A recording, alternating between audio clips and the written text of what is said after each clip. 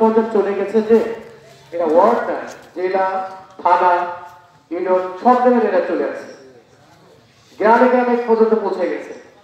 এগুলো প্রতিহত পুলিশের একার পক্ষে কিন্তু সম্ভব না। আপনারা সমাজের নাগরিক, আমরাও নাগরিক, কিন্তু আমরা একটু ব্যতিক্রম যে আমরা আইনটা প্রয়োগ করতে পারি, এটুকু পার্থক্য। তারপরে আপনারা মানুষ, আমরাও মানুষ, আইন প্রয়োগ করতে গেলে আমাদের কঠোর হতে হয়। সেই ক্ষেত্রে যেটা আসে তদবির আসে, আমি তদবিরে কখনো পড়া করি না। আমি এখানে যে গতি কাজ করে যাবো, কোনো তদবিরে আমি আসামি ছাড়িও না। আর আমার যে আইনের যে ঘাটতি, আমি ঘাটতিটা রাখি। সর্বোচ্চ আইন প্রয়োগ করার জন্য যা যা করা কথা আমি সেগুলো করে থাকি আর কি। মাদক স্পটে আমাদের যদি অনুগ্রহ করে আপনারা সবাই আমাদের সাহায্য করেন বা আমাদের অবগত করেন, ইনশাল্লাহ আমাদের ফলে মাদকের ভালো একটা ফলাফল আপনাদের উপহার দিতে পারবো। আমি আশাবাদী প্রভাবিকার সবচেয়ে আলোচিত বিষয়, আমার মনে হয় যারা সাংবাদিক আছে তারাও জানেন, প্রভাবিকা হলো কারখানা, অর্থাৎ ইয়াবা প্লাস টোয়েনি। এই পর্যন্ত প্রায় আমি 74 থেকে 100 জনের মতো আমি গ্রেপ্তার করতে সক্ষম হয়েছি। আমি আসছি প্রায় 4 মাস প্লাস হলো।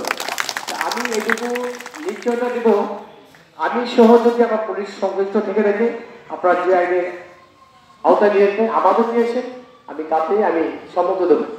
সম্মত ছাড়া আমি অন্য কিছু করবো না, এবং আমি বাধ্য না, অর্থাৎ আমি আপনাদের পক্ষে থেকে আইনের বাধ্যবাধকতা থেকে যদি কোনো অন্যায় আগে করে দিই, সেক্ষেত্রে আমাকে আপনার কাছে আসবে, আমার কোনো আপত্তি নেই।